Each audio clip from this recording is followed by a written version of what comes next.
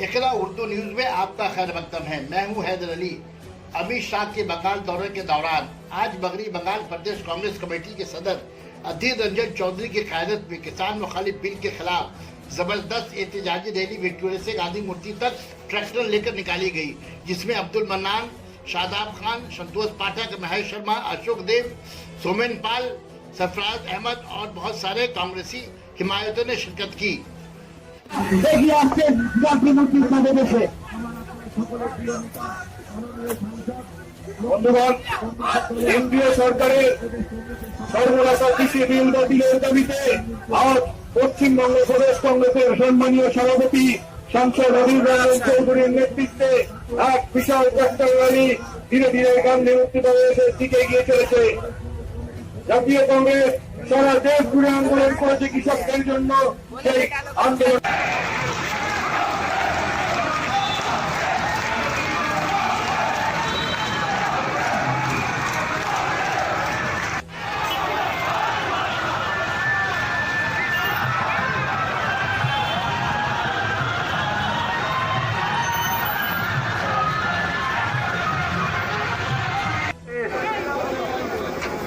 আমাদের দেশের 64 কোটি মানুষ জমির সঙ্গে তাদের রুটি রুজির সম্পর্ক রেখে বেঁচে আছে। 64 কোটি মানুষের রুটি রুজি নির্ভর করে আমাদের দেশের কৃষি ব্যবস্থার ওপর। একটা সময় আমরা খাদ্যে স্বয়ংসম্পূর্ণ ছিলাম না।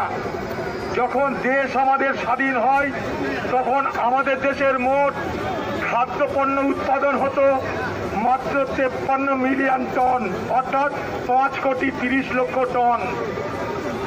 একটা সময় আমাদের বাইরের দেশ থেকে খাবার